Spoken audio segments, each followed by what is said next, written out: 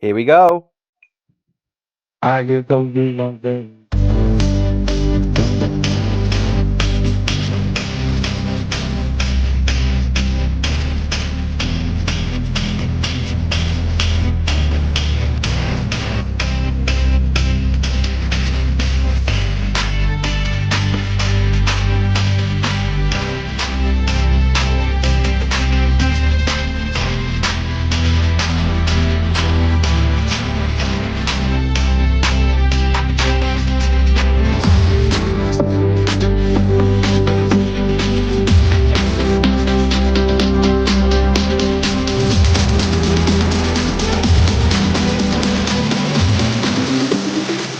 I get those goosebumps every time you come around. Yeah.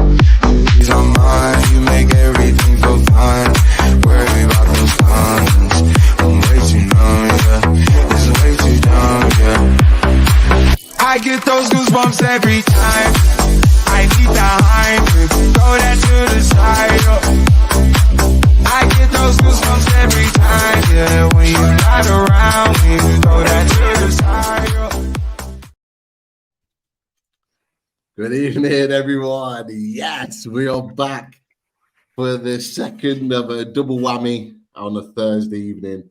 The Champions League draw has been done, and we are now back for away days for the big match preview.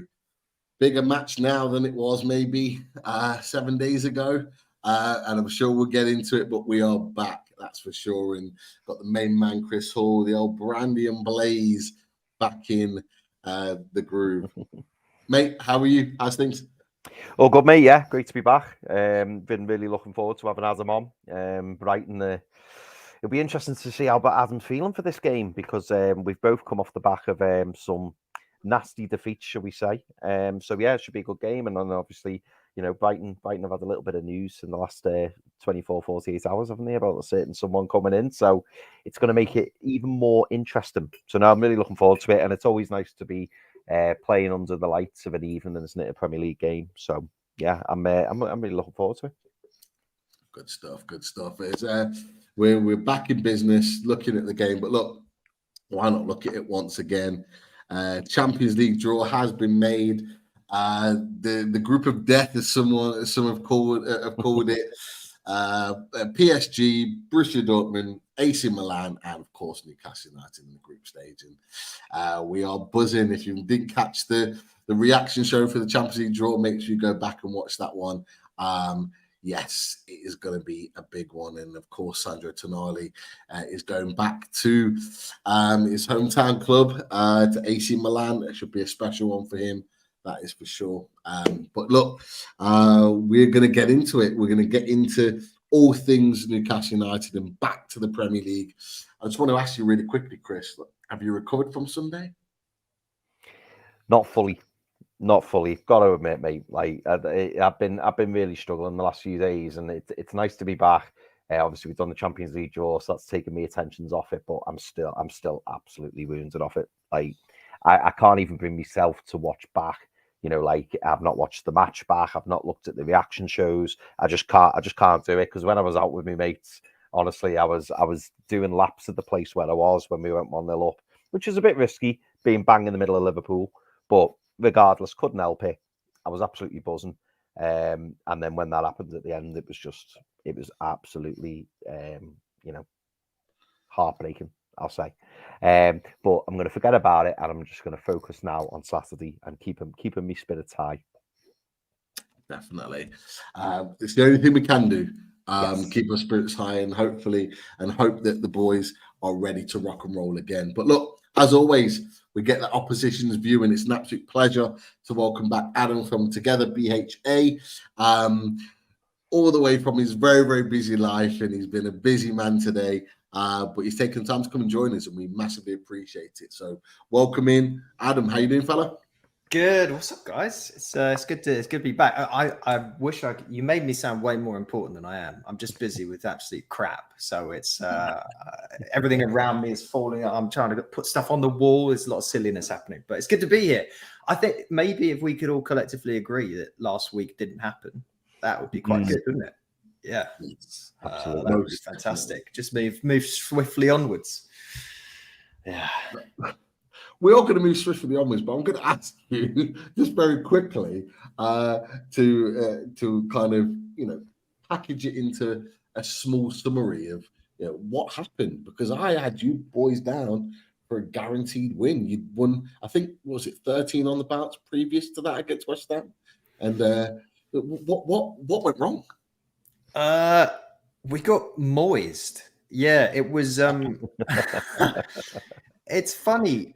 Brighton, obviously, we've always in the last few years done really well against sides that come out and try and take a game to us. Especially true under De Zerbi, right? The whole purpose of the way the game plan works is you bait an opposition press on, you then get the ball out quickly, and you've got at least a one-man advantage. It's really hard to do that when the other team doesn't press and they put 11 men behind the ball, or maybe 10 with Mikel Antonio just waiting for a pass. And that's what happened. And those games, we did the same thing last year against Everton. If you remember, there was a shock result towards the end of the season where we got smashed by Everton. Same thing happened. Counter attack. We couldn't break them down. And then as soon as they get the first goal, we struggle. The game could have gone so differently. If we get a goal against their, I hate this phrase, but their low block, then it would have been a completely different game. I think we'd have just gone on to win it 2-3-0. But these ones happen every now and then. It's and we just pretend they didn't. You are absolutely right. We would definitely pretend they won't. But look, Chris, I'll come to you from your perspective. Were you surprised at the Brighton result at the weekend? And look, I want to get your opinion on how you think it may impact on us from a Newcastle perspective going into this weekend. What do you think Brighton's response will be after that result on Saturday? Well, I'll start by saying, I was really shocked at the result, because I rate Brighton very, very highly. Under De Zerbi, they've kind of gone up a notch. Obviously under Potter, they were doing really well, and then De Zerbi come in. There was a few doubts, but De Zerbi's kind of took the reins, hasn't he, and then pushed them on even further. And we've said this to you loads of times, when you look at Brighton's squads, there's loads of players where you'd be like, yeah, I'd have him. I like him. He's really good. He's going to be good. The list goes on, and Brighton are really starting to look a force, as last season showed, where they ended up finishing. In terms of how Brighton are going to see this game, I think they're going to see it very similar to our game. Very similar to ourselves, in that they didn't get the result that they wanted last week. And they will see this as the game where they can kind of, go into the international break and think, right, we've come back off, we've got to win there, regroup, and then come back stronger after the international break. But it's going to be difficult for both teams. Brighton obviously having the advantage with with it being at home at the Amex, but I don't know. It's one of those games, and my mate described this to me the other day when I forget which match he was talking about. I think about actually our match, Newcastle-Liverpool. And he said to me, it's one of those games where if it's a home win, away win, or a draw, at the end of the game, you go, yeah, I knew it'd be that. It's one of those where any one of the three could happen. And he was a Blue, by the way, so obviously he doesn't have that problem because he tends to see that they lose. He sees one of the results. Yeah. So he doesn't have that issue. But yeah, I think it's going to be a really interesting game, and it'll be intriguing to see how both teams set up. Obviously, we potentially going to be without Botman. Brighton are going to be hurting from that West Ham performance, but also it was a bit of an eye opener because, as Adam says, they got moised, and you could kind of see what was happening. But it's being able to stop that and being able to maneuver around that is sometimes a lot more difficult than what it looks in practice. Yeah, I think I think you're right on everything you've just said. There's also it's hard to draw a conclusion from the game we played towards the end of last season where you battered us as well, because that was in a run of really intense amount of fixtures that Brighton had at that particular point. And I'm pretty sure for the most part, I wouldn't say we rested because that sounds disrespectful. I think De Zerbi knew that the away game to you guys was basically going to not go particularly well and put out a bit of a lower strength team. And he rested McAllister, didn't he, Adam? He rested McAllister. Caicedo was playing right back. Dennis Undav was playing the team's not going to look particularly similar to that last game. But yeah, so I think this one's going to be a weird one, especially coming off the back of our collective last weeks that we had. But I also I think with the West Ham game, I angry tweeted at Lawless because I can't. I feel bad for people having to watch that football because it bores me, and I'm like, oh, can you just like try and do something? It's great you got the points, like it's wonderful that you got the points, but like, God, if I had to watch that each week, I would be miserable. And you guys won't do that, so that's why. And there's most other teams. There's pretty much 18 other teams in the Premier League that won't play like West Ham. And that's nice. So hopefully that ends up in being an enjoyable game, whatever happens this weekend. But I think you're right. Like, but personally, I don't think we're going to play that way because that's not really how Eddie Howe's set out our team. It's got more pride. Yeah, exactly. Chris, I don't know. You'll remember from last season, we had 2 teams come to St. James's Park and pretty much do exactly the same. We probably should have won both of them. And no, in fact, more than 2, 3. There was Bournemouth earlier on in the season at home, and I think we drew 1-1. Palace, I think that was 0-0, and we had that goal that should have stood and it didn't. Yeah. And Leeds, New Year's Eve, I think they ended up getting a point from us. I think, did they get a point? Yeah, they got. That was when they were time wasting, wasn't it? And they had us in the corner, and they were, like kicking the ball away and stuff like that. And from like the 70th minute, like they were doing that, and it's like that, and it is very negative football. It's very much like what you said, Adam, where it's like we'll put 11 men behind the ball, and it's right. You break us down, you do that, and then if not, we're going to hit you on the break, and that's how they scored. Bournemouth scored doing exactly that. Palace tried to do that. A couple of good saves from Pope, but never really looked like trouble in us. And Leeds did exactly the same. And it's just like, it's so frustrating because it makes the game such a horrible watch.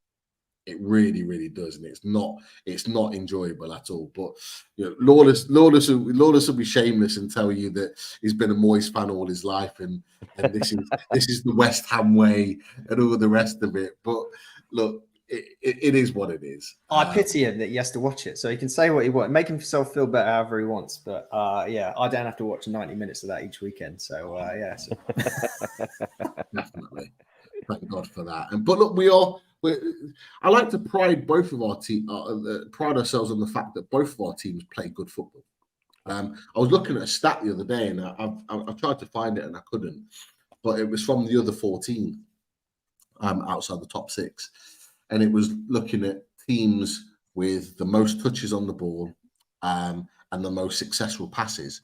And really interestingly, the top 3 teams of the other 14 were Brighton, Villa, and Newcastle.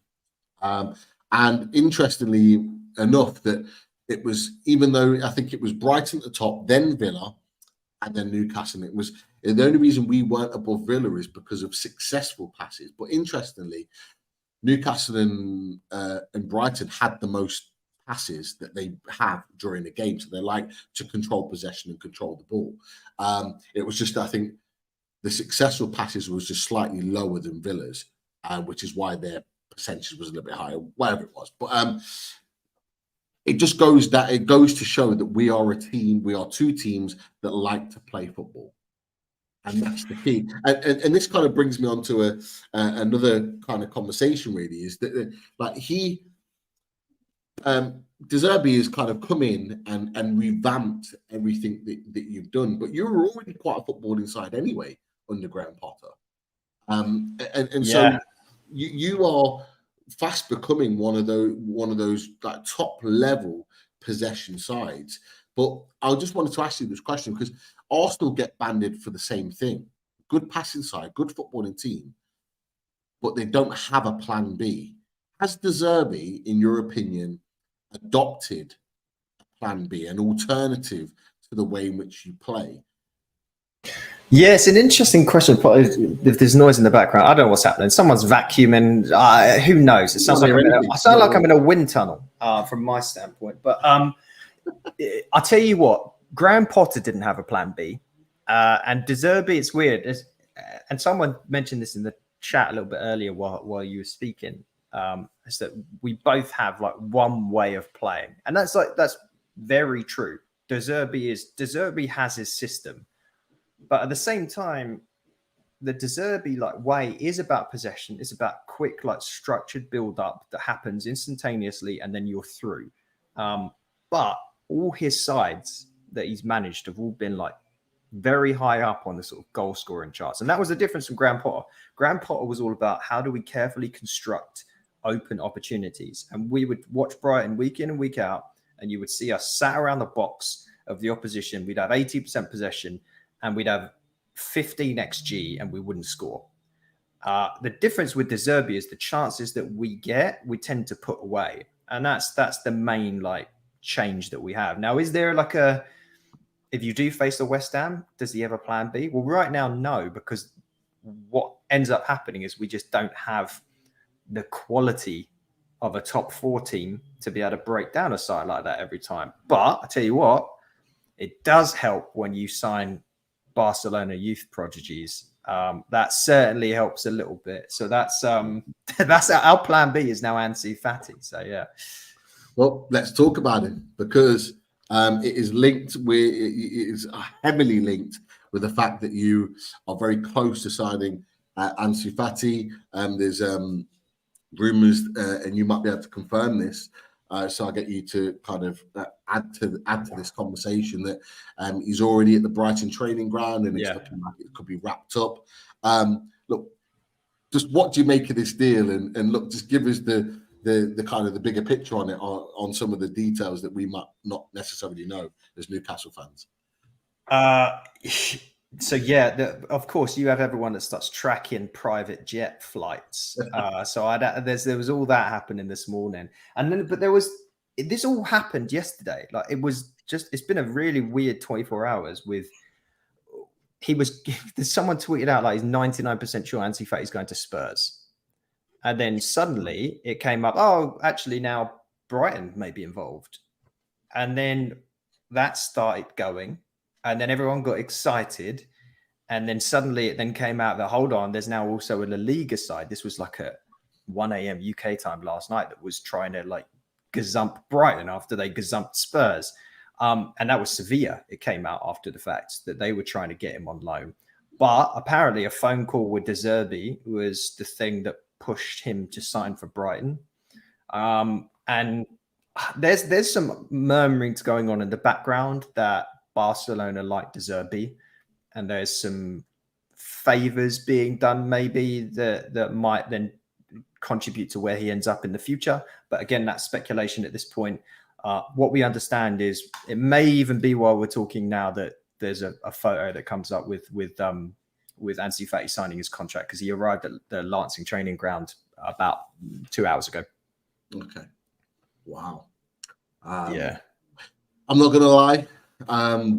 We had Keith Downey of Sky Sports on last night to talk about it. Yeah, I saw that. It's nice. Yeah, it looks like we're done in the market, but when we came off the show and then we saw that was kind of the rubber stamp, we were kind of like, come on, guys, are we really done? Can we not sneak this one in? It's a terrific signing, and it's a signing in a place that we kind of feel like.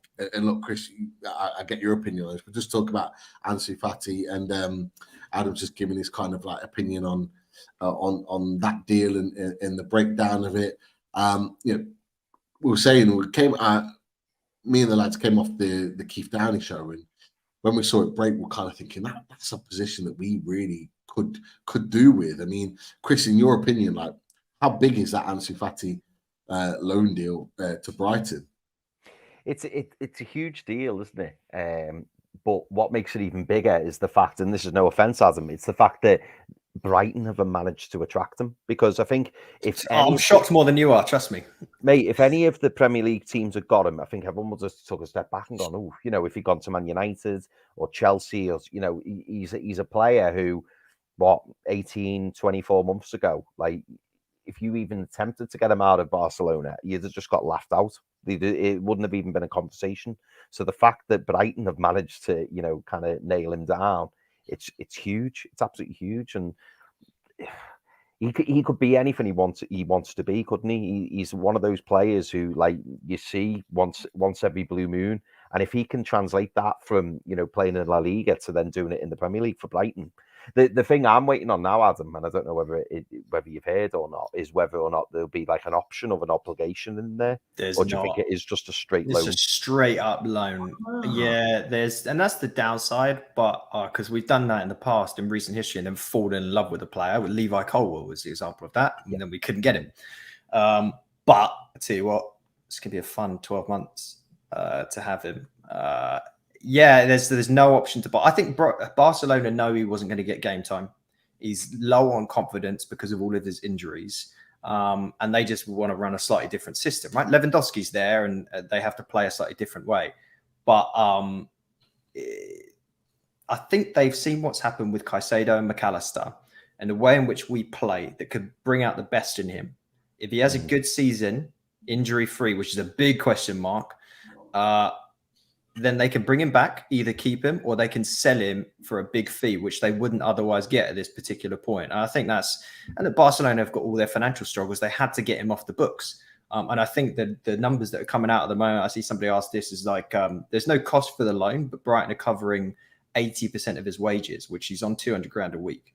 And just like, so everyone knows that's like pretty much double what anyone else is on. We don't pay big wages. Tony Bloom and Paul Barber keep that structure very consistent, but you don't play in Europe very often when you're Brighton, so you've got to do something big. Yeah, definitely.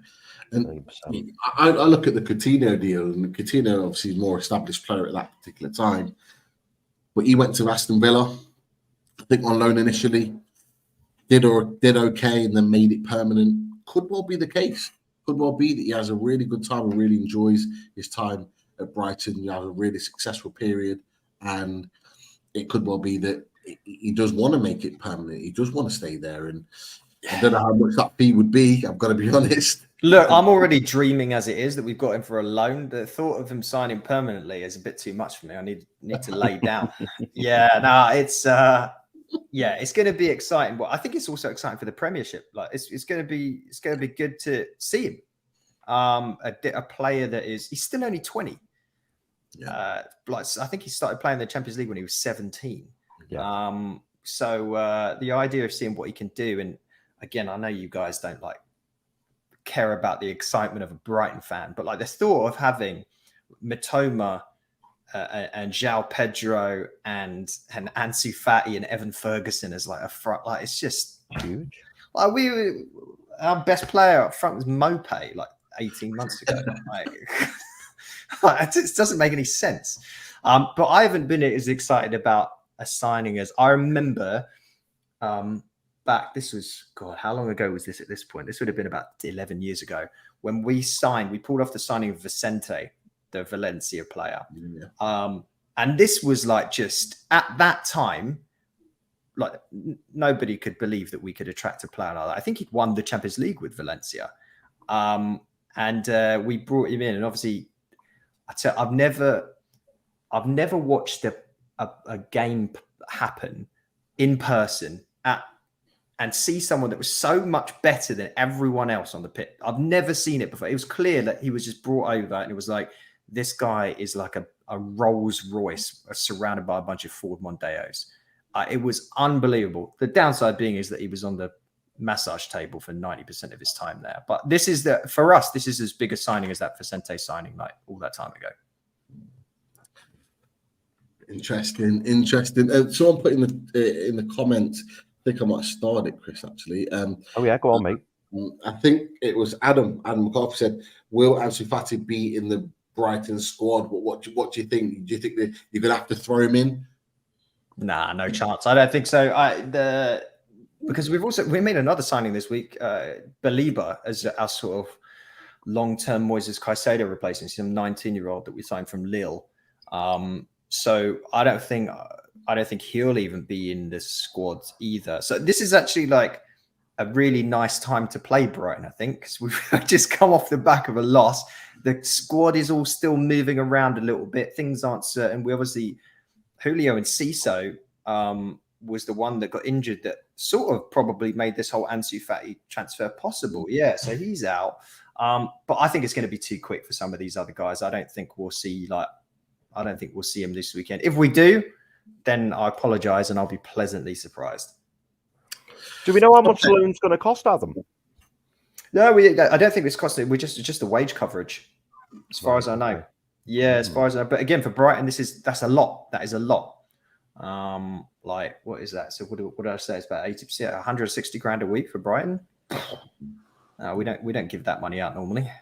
Yeah, it's big money, but could well be an absolute gem of a signing if he turns it on. But yeah, I just want to talk about Newcastle United for a little bit now. Obviously, not the start that we anticipated, but I'll put this up because it was something that we had up right at the beginning of the season. We were up there right at the top in terms of the hardest fixtures. We had Villa at home, which we won, then Man City at the Etihad, Liverpool came to St James Park, as we talked about and want to forget from last Sunday. And then we go to the Amex. And then if you want to go beyond that, we've got Brentford at home, who were also a very, very good side. So we've not had the easiest of starts. We're sitting on 3 points, having come off the back of 2 defeats from Man City and Liverpool. Some sections of the fan base are kind of, panicking a little bit to a certain extent. Most of us are kind of a little bit more relaxed about the situation. What do you, in your opinion, Adam, think of Newcastle coming to the Amex on Saturday? Are you worried about us coming to the Amex having been off the back of that defeat to Liverpool, or are you looking to really kind of hit back and make your own statement yourselves? Where do you see Newcastle at the moment? Yeah, I mean, if any of your fans are getting antsy, I'm like, come on, you had to play Man City, where you smashed Villa, and everyone before the season like, oh, Villa, they're going to be really, really good, and I think they still will be. But you absolutely spanked them. Everyone loses against Man City. You can't take anything from that. And then look, sometimes you have these games that are a bit of an aberration, and I feel like that was probably last weekend for you. So no, I mean, I don't think you've got anything to be worried about. Am I worried about Newcastle coming to the Amex? Yes. Yeah, for sure. Because we've had, and I don't know the chart, I don't know if I agree with your chart about us. We had an absolute cakewalk of an opening few games, and we managed to screw that up. But yeah, I mean, what have we played? Luton at home, then Wolves away, and then West Ham, who we always beat apart from last week. So yeah, this is you are our hardest game by a country mile so far this season, and it doesn't matter where we play. I'm concerned about playing you guys, but it's always an interesting game. Let me put it that way. Yeah, definitely, Chris. From your perspective, Newcastle.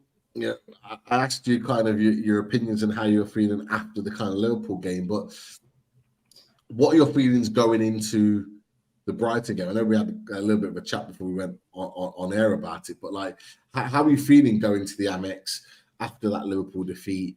Yeah, it's gonna be a tough game. Yeah, very, very tough game. I feel like the tails will be up with the Ansu Fati signing, as Adam says, whether or not he's playing or not. I imagine he'll probably get announced to the crowd before the game, and that'd be electrifying for the Brighton fans. But yeah, I'm nervous over it. The thing that makes me most nervous is the fact that West Ham result. That's what worries me, because I think they're really gonna have their head screws on Saturday. And I know this sounds weird, I kind of wish that they beat West Ham, because then maybe a little Same. bit of a little bit of yeah. And I feel like a little bit of they may have taken us for granted a touch. Who knows if they'd have won? But I do feel like De Zerbi's going to really be drilling them this week, and it's such a big game for us, because if we get beat by City, then get beat by Liverpool, then lose to Brighton, we have a little bit of a mini crisis, if you like. And Adam's right in that we're playing Man City, and the Liverpool game was a bit of a freak, but no one likes to lose 3 games on the bounce. And I just think with Sven Botman being out as well. It's going to be a difficult weekend match for us, and I am nervous about it. I'm not going to lie, and I hope we turn up and I hope we show up and really try and turn it around. But I don't know. Like I said earlier, it is one of them games where I could see any of the three outcomes happening and go, oh yeah, I could have called that. It's one of those games.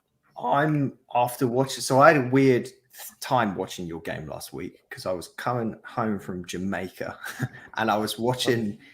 The game in an airport in Jamaica, and then obviously I think I watched maybe 60 minutes, whatever, like before all the silliness happened. So I was like, okay, well, obviously it's just they'll close this out. But the big, I'm not trying to put salt in the wound here, but Anthony Gordon was, I'm sure he was incredible. And our biggest weakness this whole season so far is we have a problem at right back, a big problem. And if we are going to make any more signings, it will be a fullback, probably either for left back cover, because Pervis Estupiñán is pretty much a one-man band at left back. And then at right back, we've basically been playing James Milner. James Milner is a decent player. He's a crap right back now at his age. It's horrible watching it. But when you've got a guy like Pervis Estupiñán, who I rate as one of the better left backs in football at the moment, quite honestly, and he's got a motor on him that he will run for 90 minutes up and down the pitch. And James Milner's a fit guy, but he is old and he's slow. So the space that is opened up behind James Milner, from what I saw of Anthony Gordon, I kept picturing his annoying face running past James Milner and just giving us a torrid time. And then Adam Webster, who was playing right centre back next to Lewis Dunk, basically made like 3 mistakes. And the first one, he fell over, and that was how West Ham scored their first goal. And then he made another horrible mistake as well. He was terrible. So like if Gordon has a good day and we're playing Milner at right back, then yeah. Someone say he's a good player, not a right back. I completely agree. Should be playing in our pivot, but we don't have a proper right back. So wow. So that's an interesting one, because Milner played for Liverpool at right back a few times. He was never really strong, was he? So what are you thinking, Chris? You thinking Gordon? I mean, look, let's face it, Gordon has to start, surely. Yeah. He has to start. Yeah. It's funny though, isn't it, how things quickly change? Because I remember before the Liverpool game, I was saying, I don't know whether we should start Gordon. Why should we go, with Barnes, who's a lot more direct? And then now Gordon's had a fantastic game against Liverpool. It's like, Gordon's got to start. And I completely agree with you. He has to. Adam's making me feel a little bit better now. If I see James Milner starting at right back, I'll change my stance. A little bit better, Adam. This is but good for me. It's like a therapy session. This is good. Yeah. I send my bill at the end. Yeah. I do think you'll see Joel Veltman play at right back for this game. I would be very surprised if he starts Milner again after last week, and I wouldn't be shocked to see Adam Webster put on the bench as well. So. There's I think you're coming to it, Chris, in the comments. Comment from Jake. Welcome, Jake, to the channel. I don't think I've seen the chat before. He's put, what happened to Lamptey? Yeah, that's good job. What's going on? Yeah, lot of injuries, and he had a big injury not a year and a half ago. Is that the hamstring? Yeah, it was something, and he redid it as well. And he's not. You could see he didn't have the same burst of pace and that was his whole game. With all due respect to him, he could like terrorize someone down the wing, and he could beat anyone for pace. And he's not been able to come back from that. He nearly left in the January transfer window a few months back. Sporting Lisbon, weirdly, were like trying to sign him. And apparently he's now being kept on. The club don't want to get rid of him, so clearly maybe they've seen something decent in his like rehab and his pre-season. I would love to see him back playing, because there was a period of time where he was just terrorizing everyone down that right wing. and he just hasn't done that for quite a long period of time at this point. So I feel really bad for him. Chris, do you remember that? You remember that game at St James's Park in lockdown where he single-handedly destroyed us? Yeah, that's when St Maximin didn't track him, and he just went, and he just kept going and going and going, and then they scored, and it was like, what? Oh no, didn't he? Was that the one where he won the penalty? Yeah, it was a penalty, didn't he? Yeah, but there was another time where that happened as well, where he didn't track him and he just got rinsed. Yeah, I hope he could come back because he would fit into the system so well. Oh, he'd be brilliant.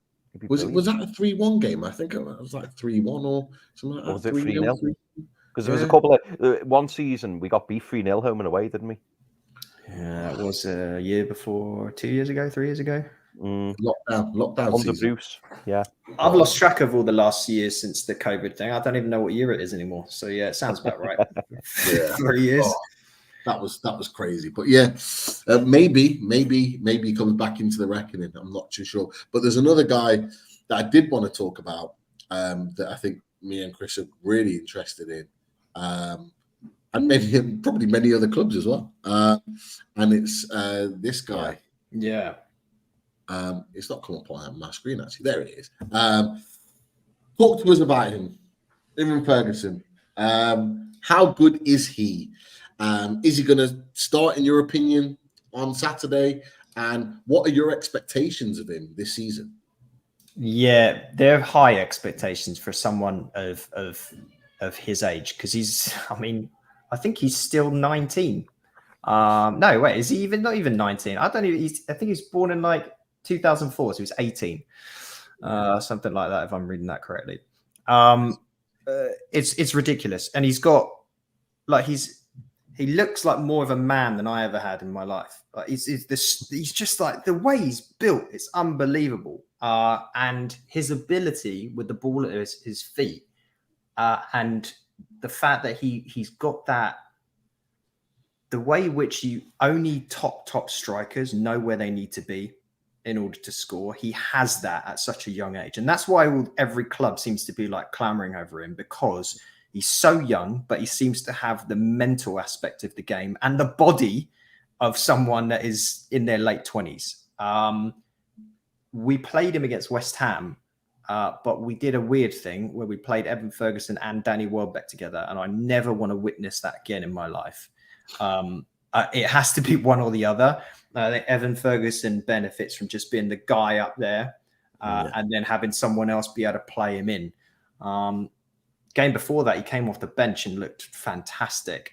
So I either wanted to start without Welbeck or not, but he's capable of pretty much anything. I think it's easy for me to say this, but I truly think the kid's going to be a superstar sooner rather than later. Chris, Evan Ferguson, I know we've been linked with him before, and I think there'll be continued links with him and so many other teams. Like what kind of stands out for you about Evan Ferguson that makes him look such a super talent? I think as Adam said, it's just like it's the way he's built, isn't it? And at such a young age, the fact that he's so dominant, like when he's in the air, when he's one of those, he reminds me, and this is a forgive me when I say this, I may be over egging him a bit, but he reminds me a bit of Haaland. He's like a beast. As soon as the ball comes into him, he's big, he's strong, he's athletic, he's quick, and he knows where the net is. And when you've got someone like that who's 18, you think, bloody hell, what's he going to look like if he stays away from injuries? What's he going to look like when he's 22, 23? It's scary to think, isn't it? He's probably one of those old-fashioned strikers, isn't he? Where we see a lot of strikers now, don't we? And they rely on the pace and standing on the last man and doing a quick turn. But Ferguson looks like he can do it all, and that's what's scary about him. And Brighton will obviously want to keep hold of him, but if he carries on the way he is, I would be really surprised if one of a really, really big offer comes in for him, because I think a lot of clubs will be watching him. My only I suppose question for Adam, my only hesitancy is, are you trying to like look after him as best you can? Because I'll be honest, I thought he would have started a lot more games for you than he does, because De Zerbi tends to go a lot with Welbeck, doesn't he? Who's obviously, you know, the tried and tested and he's experienced. Do you think it's just about protecting him and making sure that he doesn't like get burnt out? Or do you think it is like a tactical thing and that De Zerbi is preferring Welbeck for certain matches? Yes, interesting one. I think it's a bit of both. But you got to remember, this is a kid that I remember doing a few podcasts about him last year, because he was playing for the under-19s this time last year. It wasn't a thing. Like, we knew of him as Brighton fans, but it wasn't like he came into the side a little bit into the season, if I'm remembering correctly. And we all was talking together about, okay, what should we do with him? Like, does he need time out on loan? Should he be starting? And suddenly he just like was just firing on all cylinders. Welbeck, we know we've only got a certain timeline with Welbeck. I think there's a very, very, very clear understanding that you only have Welbeck for as long as he stays healthy, which isn't very long. Now, if you've burnt Ferguson out and then your backup is Welbeck and he crocs himself, you're screwed. Whereas if you do it the other way around, things can balance out a little bit better and Ferguson can come in when Welbeck's out. It might be a little bit of that. And yeah, look, he's young. He's really young. And I think they are being careful with him. But he is a smart kid. Like, this is a kid that he moved to Brighton when he did have other offers at bigger clubs on the table, because he's like, I knew that I wanted to be at a side where I knew I would get game time and I wasn't just going to be a part of a youth system. And yeah, perfect. I think that's a fair assessment. What Toon Gamer said, he's like Shearer and Kane rolled into one. He is like a young Shearer, isn't he? You know, when he first started out at Southampton, you know, he just burst on the scene, and you just knew he was going to be a good player. Then obviously he backed it up by, you know, going to Blackburn and banging loads of goals for them as well. He just looks like he just looks like someone who's got it. He's just got it all, and he's still so young. Definitely. I get scared when people say things like Shearer and Kane, and you said Haaland. Like, I used to watch Brighton on an athletics pitch with a scaffold as the stand. Like, it's weird to think about these things. So I hope anything is, he's already better than we could have hoped for. And we're a club that spent the last, I don't know, as long as I can remember, our Premier League, after Glenn Murray walked away, we've struggled to find someone that's a striker, struggled to find someone that's a goal scorer. And now we're sort of spoiled for choice a little bit. Like Evan Ferguson, Danny Welbeck's had a bit of a renaissance. I mean, we've got other players that are chipping in with goals all over the pitch. You've got João Pedro, who, although he's a bit more of a 10, can play the number 9 role really comfortably as well. Like, it's crazy. So yeah, if he develops into half the player Shearer or any of these other like players that would be a big win. Definitely, absolutely. Potentially, you probably won't want to hear this, but he could be the next big signing that a lot of other clubs come sniffing for if he has the season that you anticipate he does. Yeah. Just before we move on to the next section, I just want to ask you the question: if you were, or actually, I'm going to reword this. Who is the one player that you're worried about come Saturday in Newcastle United's team? It's definitely Anthony Gordon, and I never thought I'd say that. I never thought I'd be worried about Anthony Gordon, with all due respect, because he hadn't showed anything that much last season, right? I think you guys know it better than anyone else. And now he just, after... I say that, but it's a bit of a pick your poison, because I think you probably have the best like central midfield grouping in the league as well. So we've seen that Tonali seems to be able to do anything with the ball at his feet. Joel Linton's going to probably murder half our team and get a yellow card. Maybe, probably not, just a warning. And then Bruno, we've seen what he can do as well. So I mean, and I haven't even talked about Isak either. But Gordon's the one, purely because our biggest weakness is at that right side for us. That's my worry. Interesting. Very, very interesting. Chris, I'm going to ask you the same question. Who are you most worried about from the Brighton side? Probably Matoma. I think Matoma's another one of those players. He's, it was funny. My lad takes the credit for Matoma. Well, spotting Matoma early, because there was a period when he first joined Brighton and he came on as sub for like 3 or 4 games, and me and Callum just happened to be watching the Brighton games, and he was like, "Oh, Matoma looks good. Who's that Matoma?" And I was like, "I don't know." And then we just kept watching. And then he started getting started, and then he just went on from there. And now he's arguably one of the one of the top wingers in the league. So I think Matoma's the one that worries me the most, because he just I don't know, there's just something about him. He always seems to make the right decision, and he's a threat whenever he's in or around that 18-yard box. He's just a threat, and he's someone who I always watch and I just think, oh, I just don't want him to get the ball. So yeah, for me, the one I'm worried about most is Matoma. Okay, so look, let's get into it. Let's get into the match and look a little bit more into how we think the game is going to go. But of course, before we do that, we need to look at a little bit of stats. Darkness falls across the land.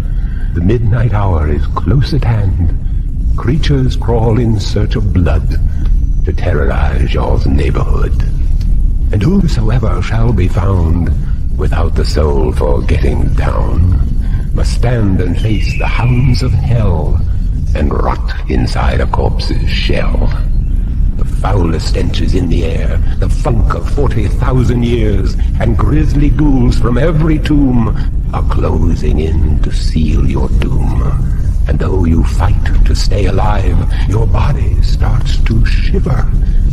For no mere mortal can resist the evil of the thriller.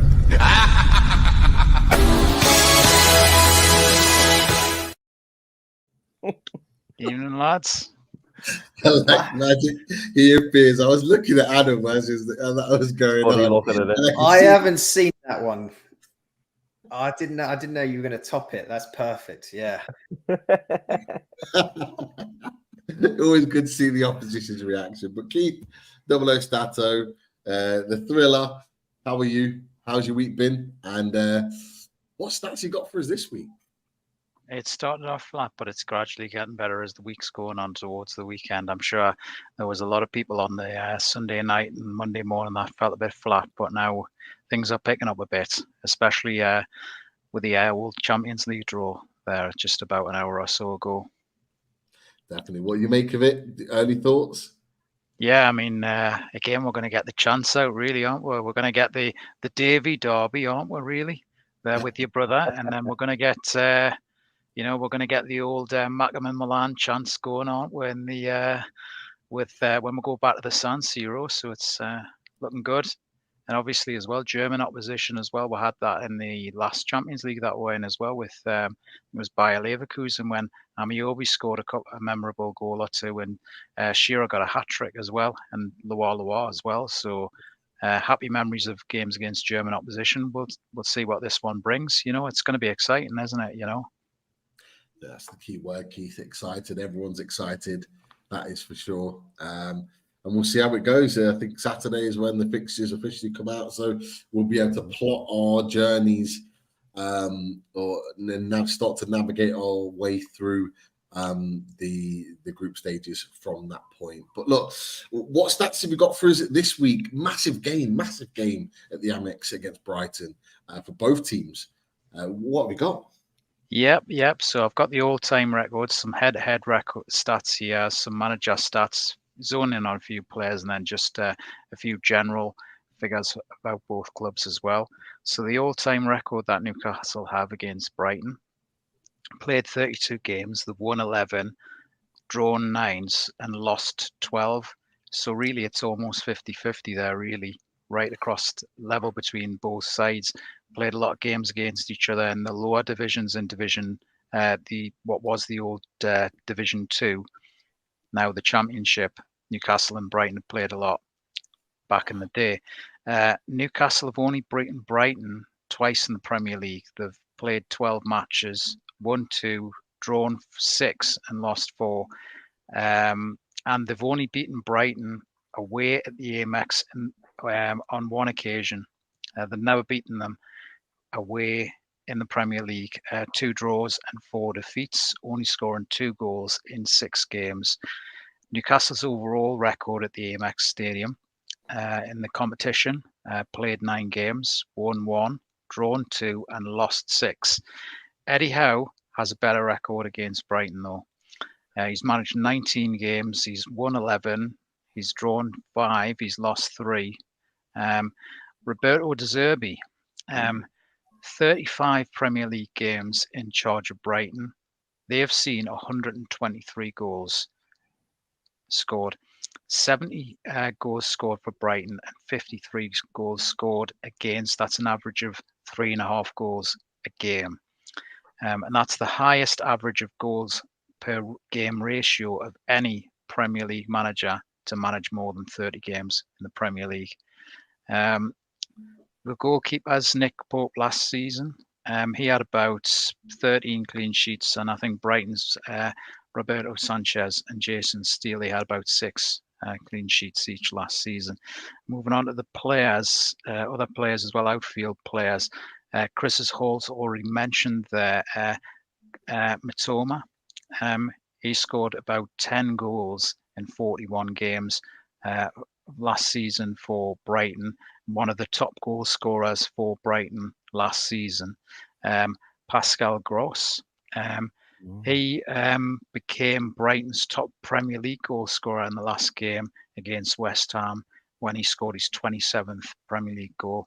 And that overtook Neil Maupay, and it overtook Glenn Murray's record as well. They both scored 26 Premier League goals for Brighton.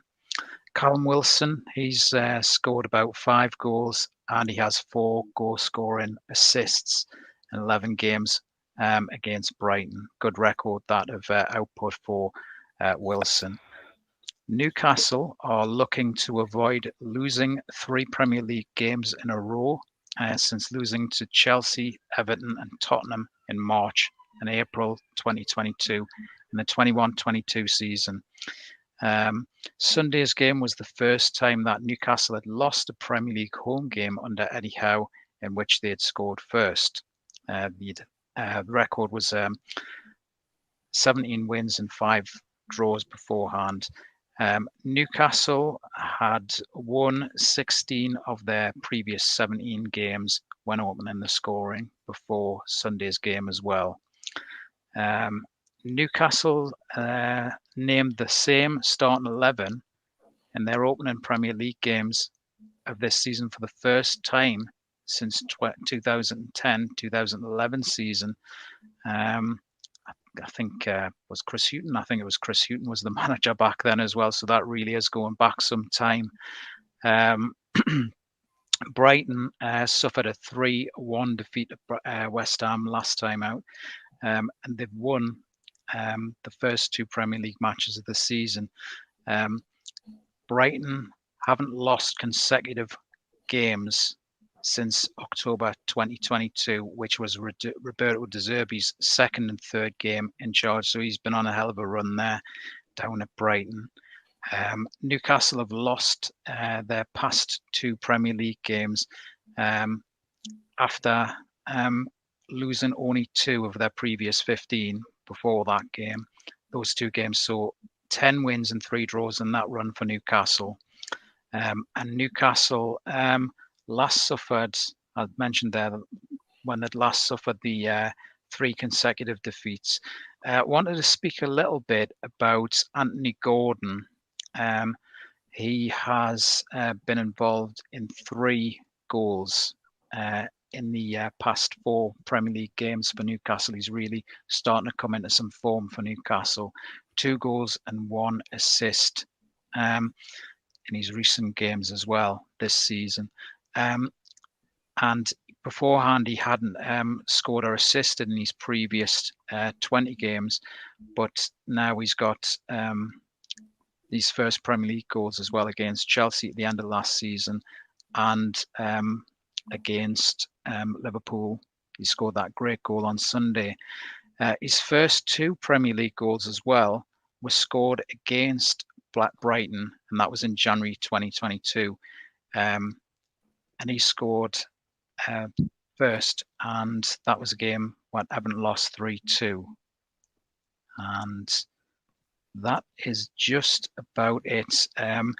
Apart from 2 of the 3 players to progress the ball the furthest upfield in the Premier League this season, in the Premier League are Brighton's Lewis Dunk. He's managed to progress the ball 682 metres. So he tops it. And I know, Chris, you were mentioning about Mitoma as well. Another concern as well as he's on that list as well. He's managed to progress the ball 530 metres upfield as well. He's third. Only Manchester City's Phil Foden is one of the only players to have created more chances following a ball carry than Mitoma. So Phil Foden's done it with 6. He's created 6 more chances, and Mitoma's created 5 chances again. And again, Mitoma, again, when you talk about progressing the ball, he's progressed the ball further upfield than any other non-defender. So again, there's sort of like a pattern here with Brighton, with the progressing the ball upfield under and style of play under De Zerbi as well. And that rounds off the stats for tonight. Brilliant stats as always, Keith. Fantastic stuff, and interesting with the additional ones with the ball carriers as well. I think it's quite interesting from a Brighton perspective. Adam, did you know some of those stats? No, Keith knows more stats about Brighton than I do. I'll tell you what, Chris, you mentioned you were having therapy earlier. That was my therapy. I feel better about the game now. I'm like, okay, we're gonna go out there and get 3 points nice and easy on Saturday. No, look, I think it's really interesting to see a lot of some of the things that you sort of touched on about recent performances and runs of games. I didn't know that one about us not having lost 2 on a trot since pretty much nearly 12 plus months ago, 14 months ago. Back in October, yeah. Yeah, 11 months ago. But at the same time, I'm nervous about stats at the moment, given that everyone was giving us the big one against West Ham last week, and we saw how that works out. Because West Ham haven't done anything against Brighton since the Championship, and Brighton are going to easily win, and then we see what happened there. So,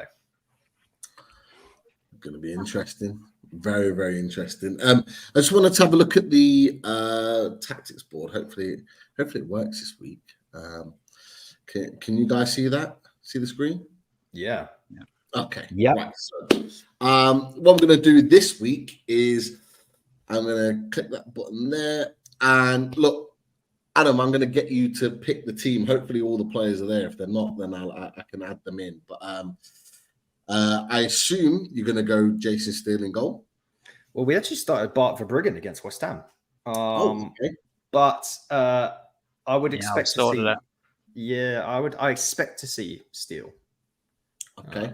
So again, we'll put him in there for now, but we can get the alternative goalkeeper in there as an option. But who and how are you going to set up your team, do you think, on Saturday? My answer are going to be very different to De Zerbi's because, I don't know if you play fantasy football, and Guardiola's sort of known as the board fraud. Yeah. Because he's, and De Zerbi's like a non-board fraud for us now because he's always just putting in random changes that we just don't expect to happen. Like last week where we switched goalkeepers and Welbeck and Ferguson started, which they never do.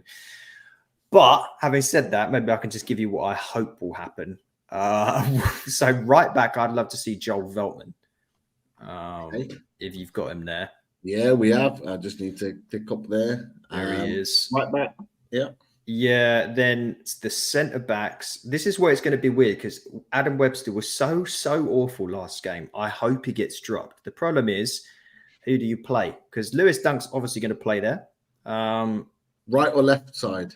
Depends on who's playing alongside him. Because Igor is a new signing we got from Fiorentina. He hasn't played yet, but he's left-footed. So he'd play on the left side. If it's Van Hecker, Van Hecker might play on the right side and Lewis Dunk plays on the left. So it depends. So we can pop him wherever you want. It doesn't make too much of a difference. They sometimes switch in game as well, which they did against West Ham. Yeah, I've got Van Hecker. Yeah, let's put Van Hecker in. I think that's probably the most likely, especially because he does fairly well against big strikers. I know Isaac's pretty. By the way, I watched a video the other day where it was Isaac speaking. I couldn't believe his voice. Yeah, it doesn't match him, does it? At all. Where did that come from?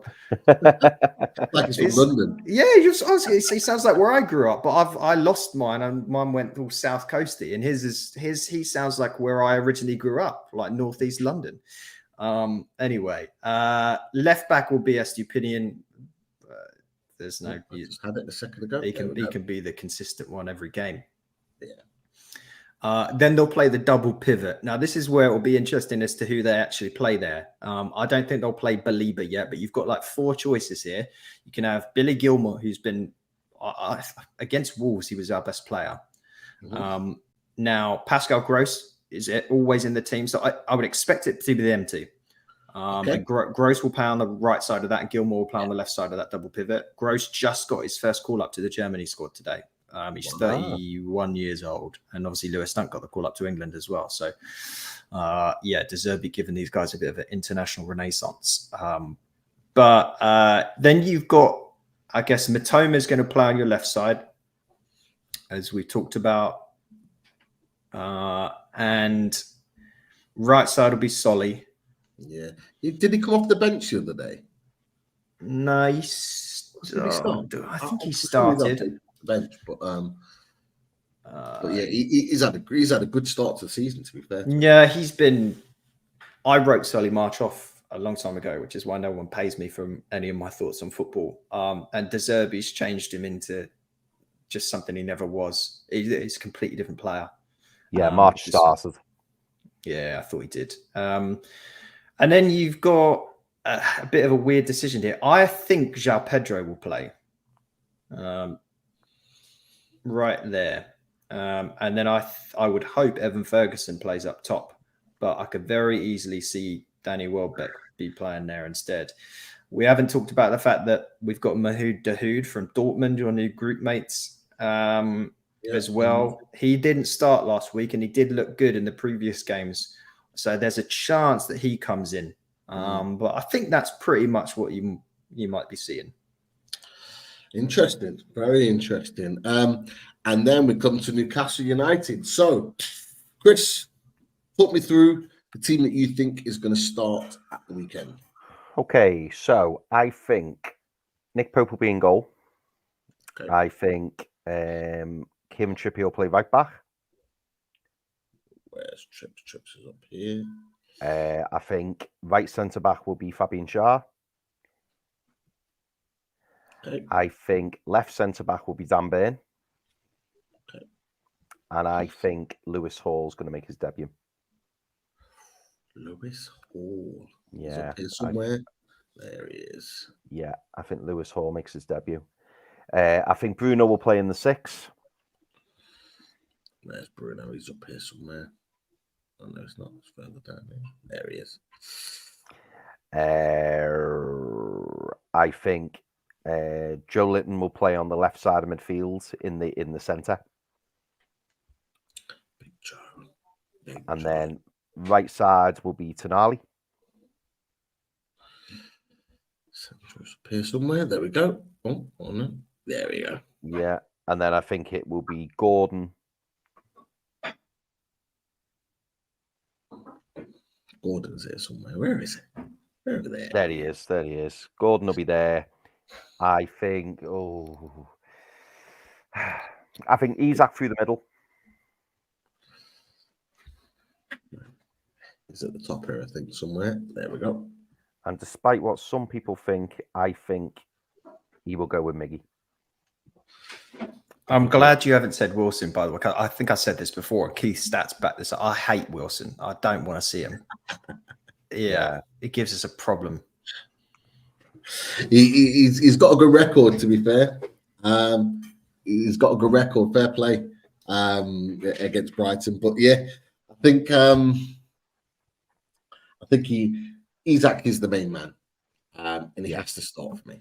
But yeah, interesting team. No Sven Botman. It's been argued that he might be fit for this weekend, but we're not quite sure. It's going to be a massive miss. But it does look like that if he comes in, if he doesn't make it, that Dan Burn is going to slot in on that left-hand side. Pete, Yeah. if question for you and Keith actually. If Sven Botman is fit, he'll start.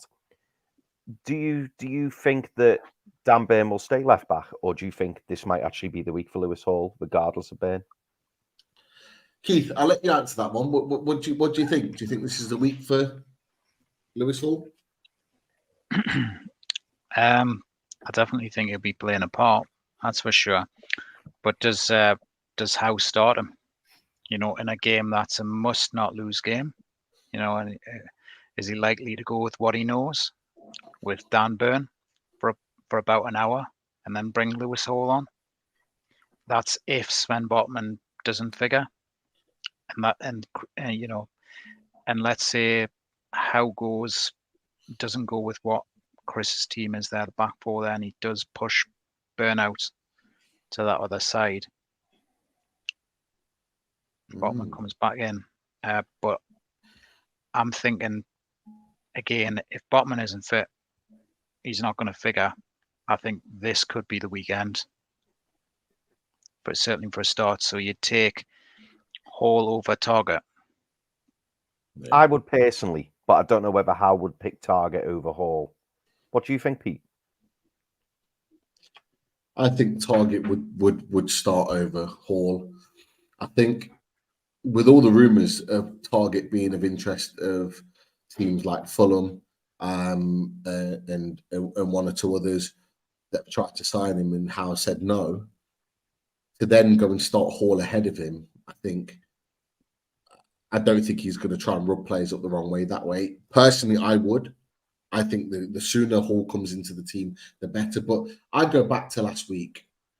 Lewis Hall wasn't in the squad, and he was in the stands with Dummett and with Gillespie. And I was quite surprised to see that, because in the pictures he trained all week, as far as we're aware. So I'm thinking, well, why is he not in the squad?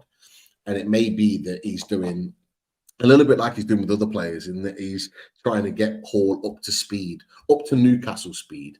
He's played a little bit in pre-season, not a lot, but he's trying to get him up to speed before he then releases him into the first team. So for me, I'm not quite sure that he would play, although I would like him to, because I think even at where he's at right now, at the levels he's at, I think he could really make a difference to our team. I said to you, Chris, before we went on air, apart from Darwin Núñez's first goal, which was really unlucky for Sven Botman in the way in which it landed, pretty much every goal that we've conceded has come down the left-hand side. So for me, it's a huge concern. It's a concern and it's an issue.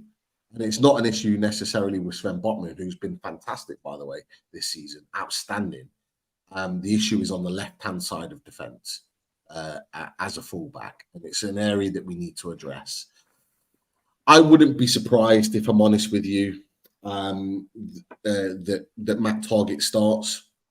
Certainly if Dan Burn slots in on the left. Regardless, I think Dan Burn is going to play against Brighton. He's going back to the Amex. All the kind of emotional, the rest of it around that. He's a leader in the team. I don't think Eddie Howe is going to go out of his way to drop him. But if Sven Botman was fit, I think, and it wasn't against Brighton, I think Eddie Howe would consider it. And I think in the games to come, whether it's Brentford, Sheffield United away, after that, I think that's where Lewis Hall potentially could come in. But if it was me, I'd probably switch Target and Hall, but I would actually be happy with that team there. Is there anything you would change with that, Keith, with the rest of the team, or do you think it's kind of part of the course, really, in terms of what we expect? Yeah. I'm pretty much aligned to what's on that team. Agree this is an opportunity for Lewis Hall to figure at least at some point in the game if he doesn't start. You've got to go with the likes of Gordon at the minute. He's on fire at the minute and he's producing. for club and country as well, albeit under 21s. And I think there is a little bit of pressure for Almiron at the moment, but he does give the team pace, really. So I think at the minute he stays in the side, as opposed to bringing in somebody like a Barnes. I think maybe this would be the game where you'd start with Anthony Gordon, given his display from the start against Liverpool, and then bring Barnes on in the second half, if need be, at some point. Definitely. I think Barnes is going to get to a point where we're going to have to make a decision, and we're going to have to introduce Barnes. Barnes came for 38 million. You can't keep a player like Barnes on the bench. So if Gordon's playing so well that he's not getting in the team, but Almiron's maybe not doing the job. He had a couple of chances on Sunday. He had a few chances. In fact, he should have scored a couple of them. But say, for example, the game's not going the way Almiron wants. I do think, even though it's not his position, that Barnes needs to be introduced onto the right. Yeah. We need to get him playing football, whether it's on the right or whether it's on the left. You might want to even switch Gordon onto the right and play Barnes down that left-hand side. But either way, we need to get Barnes up and running and playing football, because once he's fit and up to speed, you're going to get him making better decisions than what he did on Sunday, where he was through. He probably should have played Wilson in, but he hesitated, and then the ball didn't fall for him. So it's kind of like, that's not Harvey Barnes. Harvey Barnes is normally spot on with making those decisions, but I think the lack of football is affecting him, and we need to get him up to speed. It's an interesting one, really, really interesting. How we kind of go about things and how we work. Look, from your perspective, Adam, where do you think at the Amex Brighton could potentially expose Newcastle United? Yeah, I mean, you've been talking a lot about your left back situation. That's I think we could be in for some interesting like chess moves from the managers during this game, depending on how that all plays out. But and what they end up doing with the subs and repositioning a little bit. Oh, you've got different feels. Look at that, it's different pitches. Yeah, some good tech. Because let's say it ends up being Dan Burn at left back, right? Solly depends on how he ends up playing, but we've got a really interesting lad on the bench, Simon Adingra, who's come off the bench most of the games this season. He's 21 years old, and he's absolutely electric. Now, I could see him being brought into the game at a certain point, but I could also then, like, depending on how, because I think we're going to come out more attacking than we otherwise would, especially with we're at home and after what happened against West Ham. I do think it's going to be a more aggressive team. If we were playing away, I'd take João Pedro out of this. I guarantee it would be Welbeck instead of Ferguson. And I think you probably have Dahoud there. So you've got a little bit more solidity with sort of three players that control the centre midfield, whereas João Pedro is going to do all he can to get forward. Yeah. Trippier's reliable, but Mitoma's capable of anything. And I know someone mentioned a little bit earlier, like Trippier had Mitoma in his pocket. I mean, when we played last year, especially towards the end of the season, like it was a different Brighton side. This was a side that we had all of these weird games bunched up towards the back end of the year because of the fixture congestion that we had and some of the challenges there. Mitoma was our like most tired player at the end of last season. I don't know if you watched any of his game against Wolves recently, but like he's playing out of his skin at the moment when he doesn't have 11 men stood there behind the ball. And the goal he scored against Wolves, where he took on like 5 defenders and just went through, there was another bit of control that he did. And that might have been against Luton, where he just completely baffled the defender and just bolted past him. So it'll be interesting. It's all going to be made on the wings this game, it feels like. There's going to be this big melee and like a big battle in the middle, where I don't know who's going to come out on top there. But if Estupinian's bombed forward and you're playing Almiron, he's going to get a ton of space in behind. We've already talked about Gordon and the right back situation from our perspective with Veltman. I think Veltman's not the best right back in the world, and Anthony Gordon's playing really, really well. It's all going to be wing-based play for me.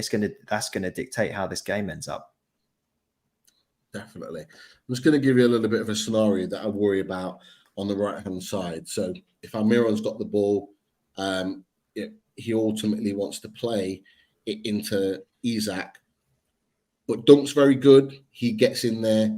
He sniffs out the danger. At that point, with Almiron on the ball, this is where you find Trippier.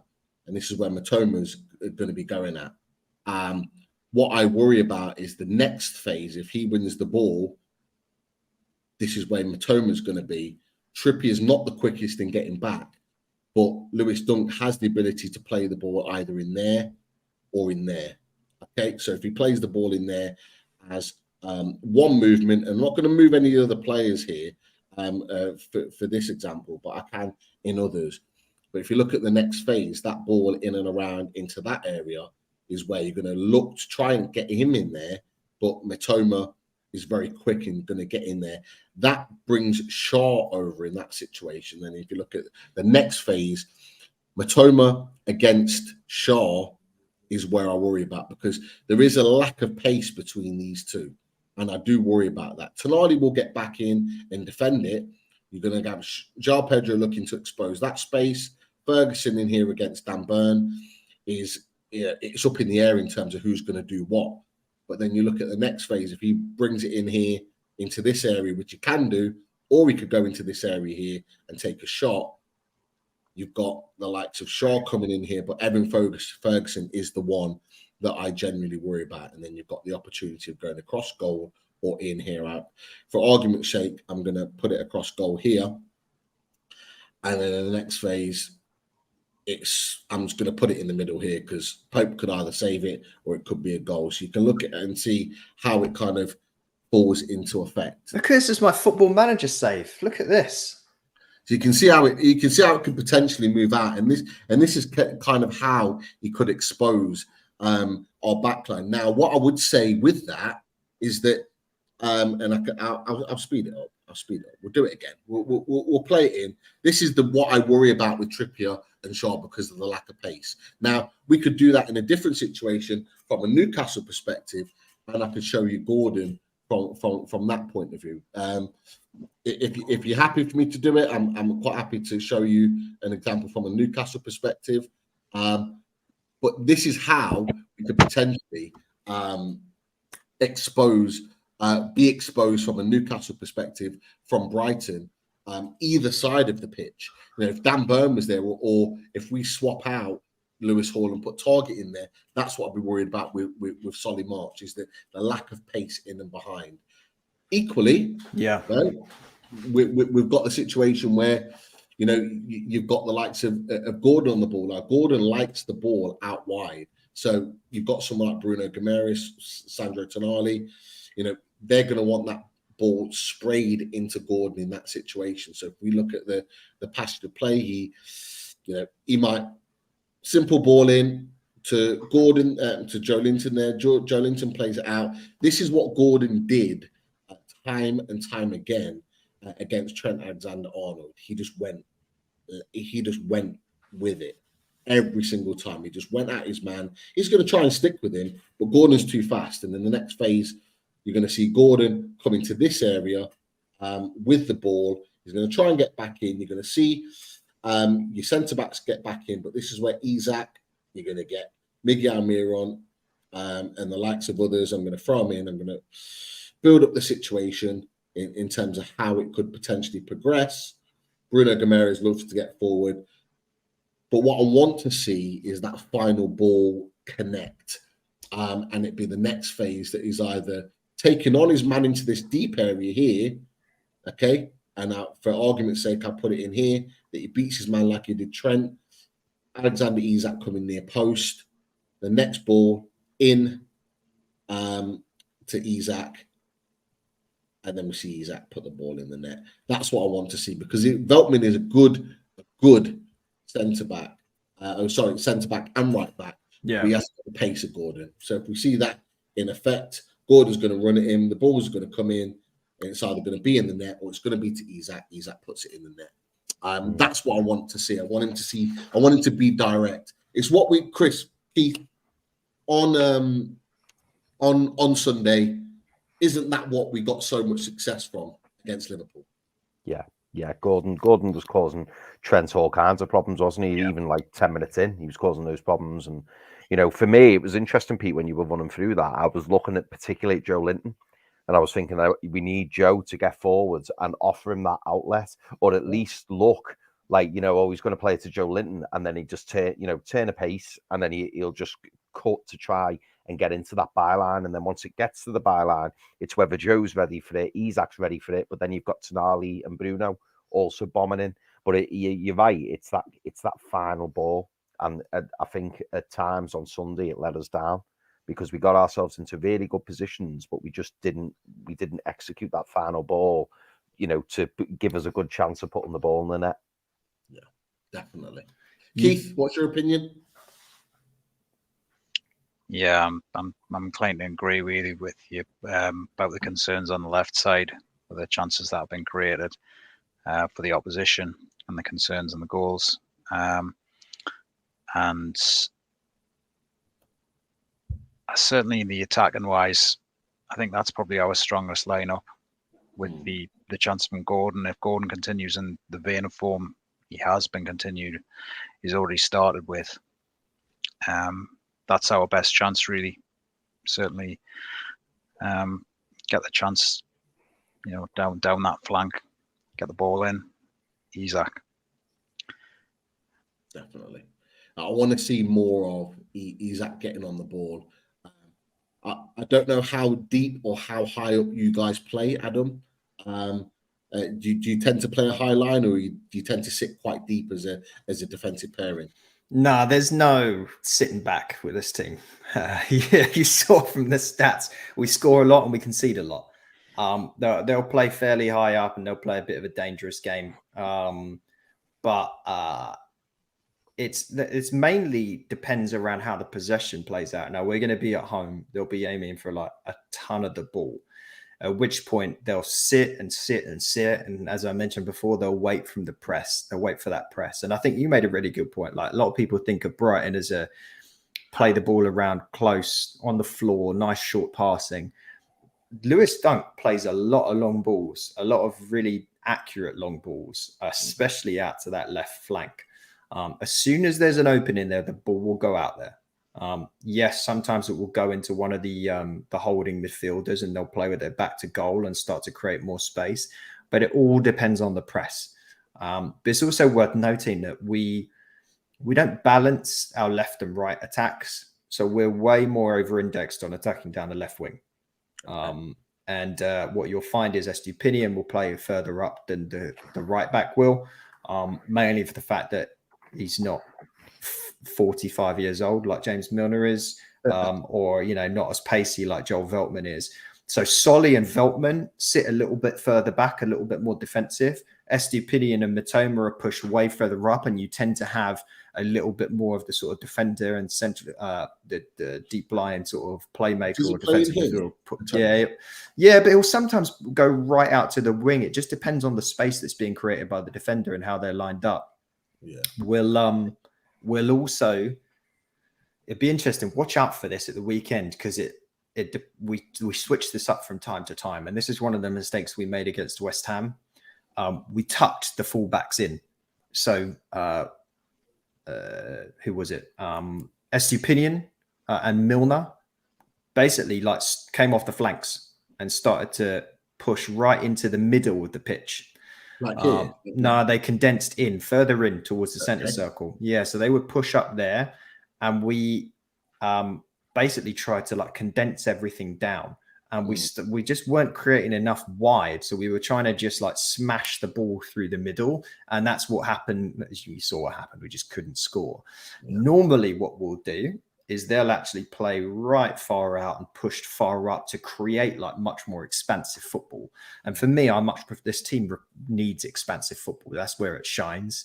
But it'd be interesting to see what we do, because you've got that particularly solid central midfield grouping, like a lot of power in there. So it'd be interesting to know whether we try and like capitalize on the spaces out on the flanks, or we try and overload the central midfield area and try and win there. Yeah, it's we do work hard in that midfield. We like to press and work hard. I do. We've talked about it before. I do worry about the recovery runs in here from Bruno. Going forward on the ball, no concerns. He sprays the ball around, lovely. It keeps the ball ticking over, whether it's through the back line, through forward. What I will say, though, Chris, Keith, you might agree, disagree with this, is that I don't want to see this ball being played across the back line like it was against Liverpool. That really, really annoyed me. I'll move this back because it happened time and time and time again. And this is why we kind of gave Liverpool a little bit of confidence that they could get back in the game, because ultimately, we were just holding possession. So we play it across the back line. Ferguson would come and press in here. We'd be playing it across there and then play it. And if there's no pressing on, we'd just play the ball back. We'd play it into midfield, Almiron. Instead of going forward with Almiron with the ball and progressing, he'd play it back to Bruno and so forth. And we weren't penetrating enough. We weren't looking to kill the game. And that's why we got stung with it. But I think with Dan Burn being less confident on the ball, I think we're going to be looking like we're going to look and try and dig it into midfield. What I what I think this team really, really misses that we really benefited from last season, and I don't know if you guys agree with this, and I'll move the team up because you said you play like kind of a little bit of a higher role, is this Joe Linton making this run in here. Okay, so Fabian Shaw's on the ball. I'll even do a frame for you. And it's that ball into this space here. Joe Linton makes the run in and behind. He was playing as a left midfielder at that point, but that ball that comes into that space there, and then he's in on goal. Okay, he did it against Tottenham. He did it against West Ham. In most cases, you got the keeper comes out, takes it around the keeper in this space there, and then you're looking at a goal. We don't have that option because Gordon doesn't make the same runs. That's the run that you see. You saw it against West Ham. You saw it against Tottenham, and it is a run that makes defenders nervous. They don't like the running in and behind. He's got the power, he's got the pace, he's got the technique to get the ball down and make something happen. And that's something that the other makeup of Harvey Barnes and Gordon, they're not built the same way. It's a really unique tactic, and we've got the quality of Shaw to make the ball and Joe Linton to make the run, but Gordon isn't built the same way. And that's something that even if Joe Linton is playing, and I'll just delete this for a second, if Joe Linton is playing in that position, that's what I would want him to do, even from here, from a midfield three. If that's the case, I'd want Gordon to sit back and Joe Linton to make that run. And if things break down, he can fill in here and fill in back in there until Joe Linton comes back. I don't know what you guys think about that. It's an interesting point you raised, Pete, about that. So do you feel like now that we've got the two new players who've got great output and, the chances of greater in goals, but we've lost certainly what was making some of what Joe Linton was effective last season, really in the last season and a half before that, because we can't really get him into those positions when sort of Gordon or Barnes are on the pitch to do those sort of diagonal runs across the box in that final third to create those chances. I'm sort of inclined to agree with you on that, and also as well, unfortunately, now that Maxi's gone as well, you lose a little bit as well of that unpredictability and the fear of God that he used to put in the opposition as well. It's a different type of fear of God, because like you're right what you're saying, Keith, but Gordon gives you that different type of fear because he's so direct, and I love that about him. But we need an alternative to that. If that was Botman and Dan Burn, for example, playing that ball across here to Miggy, you're not guaranteed he's going to get onto the end of it or even make the right run to connect with that ball. But where Joe Linton is always going to get there. And I think we need to find a way, even if he's in that midfield three. Working it in the side again. Exactly. Working that run and that ability to cut things off, especially being the defensive team in the away team. Can we expose Brighton? If they're going to push up, like Adam, you quite rightly said, they're going to push up. You're going to tighten the space. You're going to make it difficult because you're going to want to push us back. But we've got a player like Shaw and like Trippier that can play those balls. Can we expose it? Trippier exposed it time and time again, Southampton away last season. Played that ball across. I think Willock scored off the back of that. Played that ball across field. Willock was playing in this position, ran through, scored. Joe Linton's done it a couple of times as well. Can we have something as an alternative, an out ball, playing away from home that could be something that makes the difference? I don't know. Especially, and that's why you know it's great having such a mobile striker like Isak up front, because if Isak knows that's coming, Isak can pull, you know, either Van Hecker or Lewis Dunk. He can pull them away from that, knowing that run's going to be made. So if Isak jogs 20 yards to his right, and then he pulls Van Hecker, that's where Joe Linton can try and get past Gross, and then he's got a gap, you know, to be able to run into. Yeah. So Isak plays a big part in that. In that he's not static. He's not someone who just stands up front and waits for the ball. He likes to drift left or drift right, and if he can do that and then pull the centre backs away, it then creates that space. That would be another ideal situation. Another absolute ideal situation. I'm just mindful. Adam, you want to mention anything Brighton related before we move on? I mean, well, the news of the last 24 hours is more that's the, I don't know if you meant tactically or just in general, but yeah, I mean, this is going to be a really, really interesting game this weekend. And I wish I could tell you I have any idea how it plays out, but I could very easily see us winning 3-1 and also losing 3-1. Pretty much going back to what you said, this just feels like chaos is going to happen regardless. We settle this, it'll end up 0-0. But yeah, I mean, we've also got, I know you've just had the draw for the Champions League. We've got the Europa League tomorrow, so we'll find out what that's good. You should keep an eye out for that, given the group you're in. You may well be in it and joining us soon after the first round. Yeah, so I hope for you that isn't the case. But yeah, we're going to probably, hopefully, fingers crossed, be talking about a European draw tomorrow and Ansu Fati signing for Brighton. Two things I never thought I would say.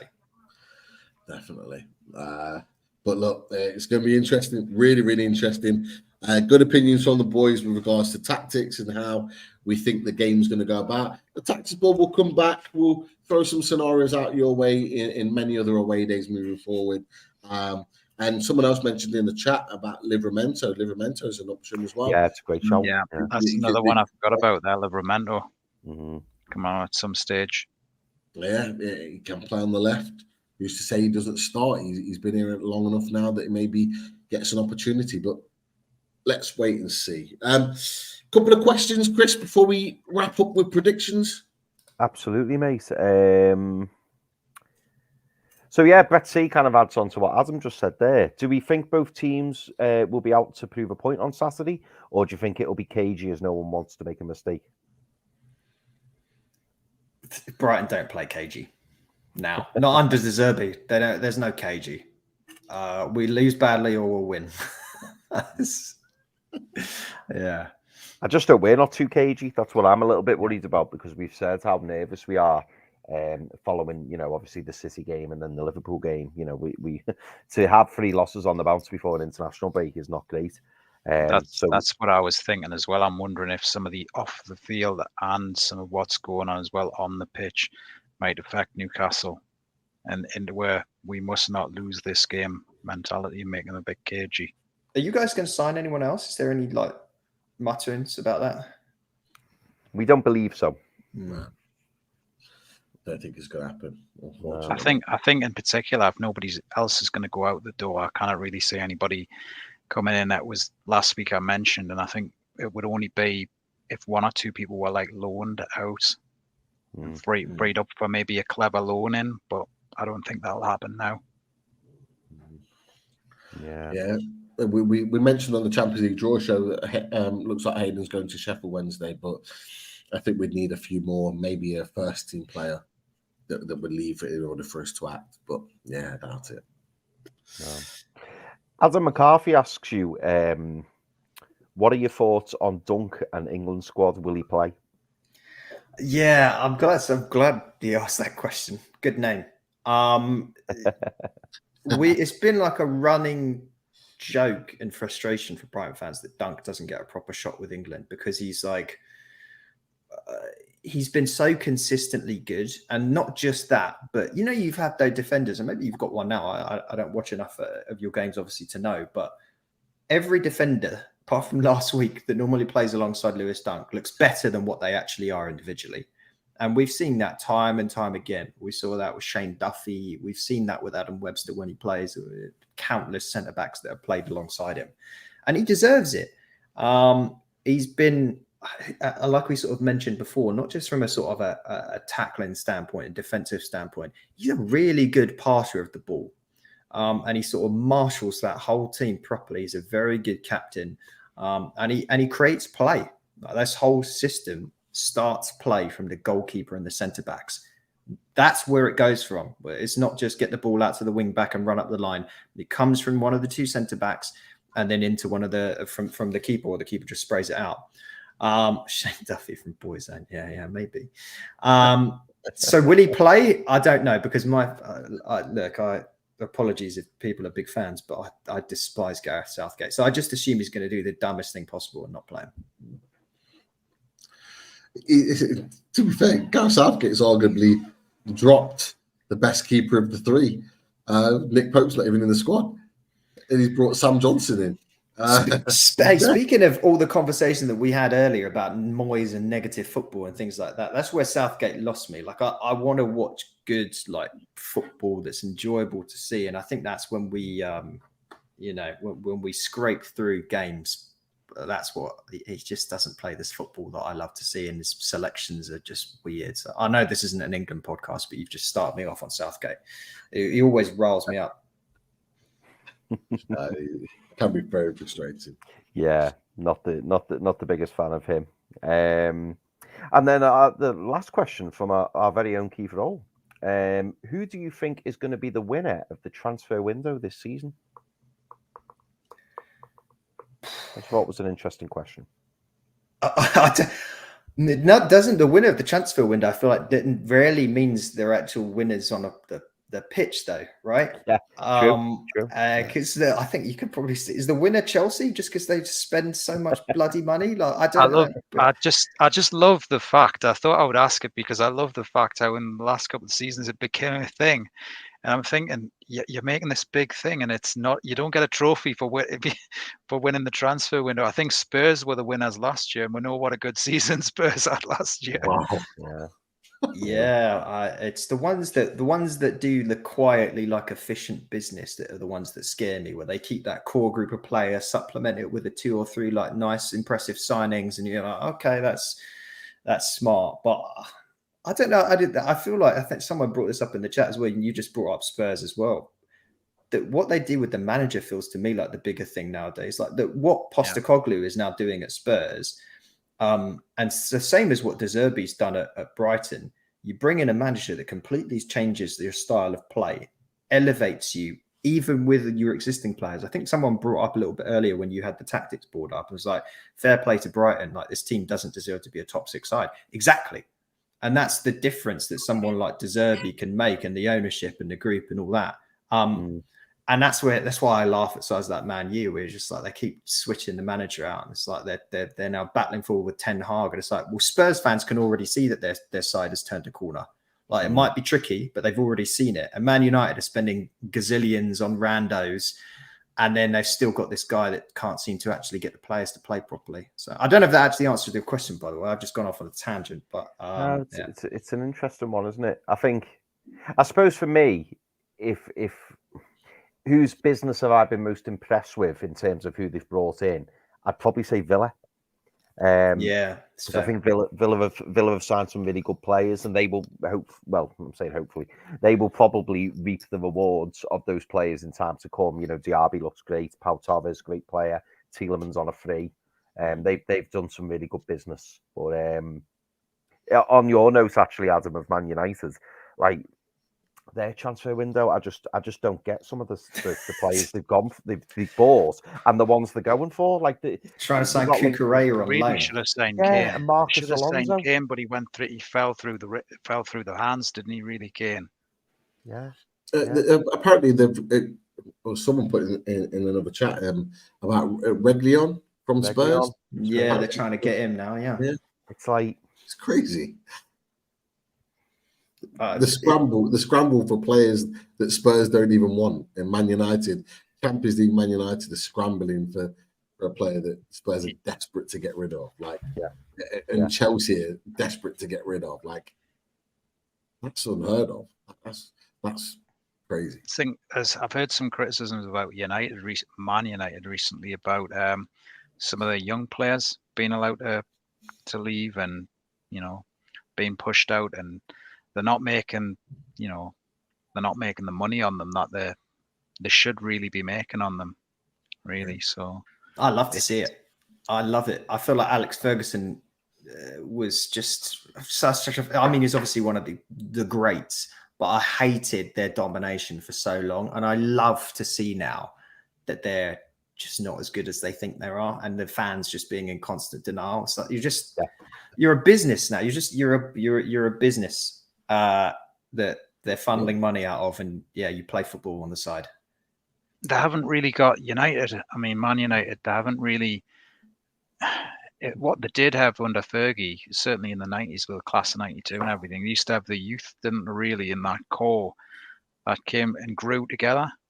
There was 2-3 great sides, and they just haven't got that now, really. It's like they haven't had that sort of character. Fair enough, you've had Rashford, but who else have you had on your books with that sort of thing? But it could all change, in a couple of months if Man United have their own takeover, things could change.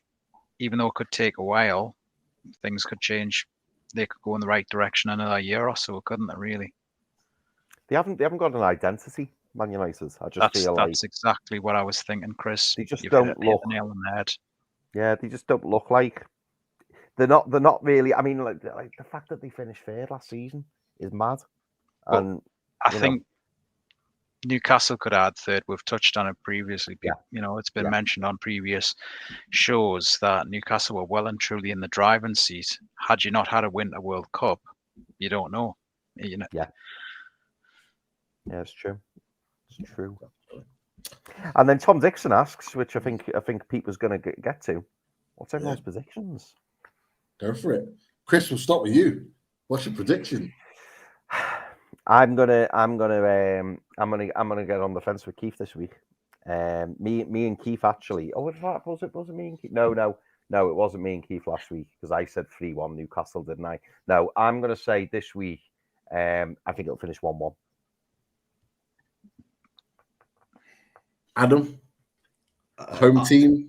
Give me a 4-3. Let's have some silliness with it. Yeah, 4-3 Brighton. Yeah. Wow. A Premier League classic. Yeah. You guys, if you don't predict the silly ones, you never. They do happen. They do. Yeah. I'm gonna go with Desmond Tutu. I think it will be a draw. I think there'll be goals in it, end to end at times. Yeah, I'm going to go with Desmond Tutu. Keith, what are you going for? Well, I see two outcomes. I'm very pessimistic. I'm not very confident at all. So the two outcomes I do see, first outcome, I don't see Newcastle winning. And I'm going to be gloomy self here because they've got such a poor record down at the AMX. I can see this outcome to the home side. However, I also see another outcome as well. The other outcome is slightly more positive. I'll just get me other score here for the correct one. And I see fun and goals all the way, 2-2. Desmond. And that's the one that I hope, that's certainly what I hope going into the transfer, the actual international break. I'd like to see at least a 2-2. I think it'll be an entertaining and enthralling game. It's going to be wide open. The stats back that up, 3.5 goals per game for Brighton. This could be a thriller. But what I don't want is Newcastle to go into the transfer, the break with 3 defeats on the bounce. Yeah. No. Because I think it'll just be ramped up. You can just see it now on Talk Sport and on Sky. What's gone wrong with Newcastle this season? And it'll just be horrible, won't it? If there's 3 in a row. So please up there, do not make Newcastle lose on Saturday. Keith, I'll be doing what I did after Sunday. Turn everything off. Lockdown. The Lock it down, mate. Media lockdown. Yeah. The good 100%. news about an international break is you can sort of do that, can't you? You'll be like, screw it, I didn't even like football anyway. I'm not going to worry about it. The problem is, though, on the media outlets, you can tell they don't really like talking about international football. You know, it's they end up talking about games and quizzes and rubbish like that when the Premier League's not playing. They're not interested. Unless it's a World Cup, they're not interested, or a Euros. He's spot on. I love Andrew Anderson's prediction: 5-2 to Newcastle. I want what he's drinking. Yeah. Would I? There's gone 2-0 to the Toon. Jordy 2 for Life's gone 4-2 for the Toon. Dan has gone 4-0 Brighton or 4-0 Newcastle. Nothing in the middle. That is outrageous predictions there, Dan. Great stuff. 2-1. Yeah, I'll take it. Yeah. All day long. It's going to be interesting, boys. It's going to be interesting. That's for sure. But there's our predictions. You put yours in just whilst we give a massive thanks to our brilliant sponsors. So, first of all, massive thanks to everyone at the Radiator Shed, Russ and the team. Thank you so much for your support as we put Keith and Adam in the prison, although Keith, he's got his head out the way, he's trying to escape it, as always. But massive thanks to those boys at the Radiator Shed. They provide top quality materials made from plate steel, providing longevity. All designs are manufactured in Italy. Aluminium rads are very environmentally friendly and are perfect for heat source pumps. They offer a home service and will install if required. And of course, we have a little example of 1 or 2 that you can potentially purchase. And as well, a huge thank you to Bathroom Design H2O, the Northeast's largest supplier of Villeroy and Bosch bathroom wear. Team Valley Gateshead have got over 20 years established and ran by the family. So make sure you go to the showroom on the 11th Avenue, Team Valley Estate in Gateshead. And put the shower on Adam. Let him recover after his busy day of doing all sorts of silly stuff in his house. Freshen up for the evening and hopefully you have a good rest. But lots of other fantastic bathroom designs, as you can see in there. Still get the wife badgering me for a bathroom, but she's gonna have to be patient. I want a radiator and a bath now. These look nice. Yeah, you're not wrong. Russ and the team are the place to go. That's for sure. And while you're there, support our good friend Jordan Cronin, Liam Kennedy, and as well Dom Skur, Newcastle World. Scan and sign up for our free NUFC newsletter for Newcastle World. The QR code's just there. Go and support the lads, and of course the Geordie Journos on YouTube. Give them a shout. They've got some great content as well, so help them out. And of course, if you're not a member, on your mobile phone or on a laptop, I think it might be, I can't remember which one, you can click the blue button and become a member for $1.99 a month.